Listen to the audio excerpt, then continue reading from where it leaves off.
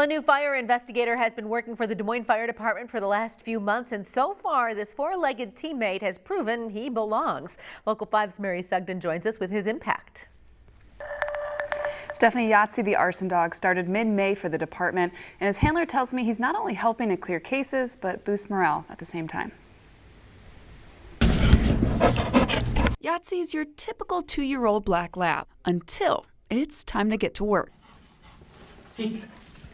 Then he's all business. He makes the job so much easier. He's found evidence that I'm sure we would not have found without him. His handler and caregiver, Captain Eric Huntoon, says without an arson dog, fire investigators look for certain fire and burn patterns to figure out if an ignitable liquid was used. But then it's their best guess to find where traces of that liquid may be left for recovering evidence. Where with Yahtzee, he alerts to where he thinks it's at, and then that's where we take our sample. And then, you know, it just makes you wonder how many times we've missed it in the past, because you don't know what you don't know. And he's found some evidence that I would have not have thought to look at. You wouldn't have expected it there.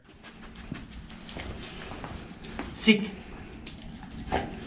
Good boy. In just a few months of work, Yahtzee's track record has steadily grown. I'd say to this point he's found up to close to a dozen pieces of evidence. And since those cases are ongoing, I can't get too much into the detail on those, but he's definitely doing a good job. But he's not just having an impact on solving cases. It's great. I mean, you know, you get to have a pal hang out with you, and you know, the people at the fire stations, the firefighters love him. The people down here at admin love him, and you know, they like to see him. And I hope that he cheers them up a little bit, makes their day a little bit better. And Yahtzee lives with Captain Huntoon and his family. And Stephanie, that's meant that some of the family members had to get some training.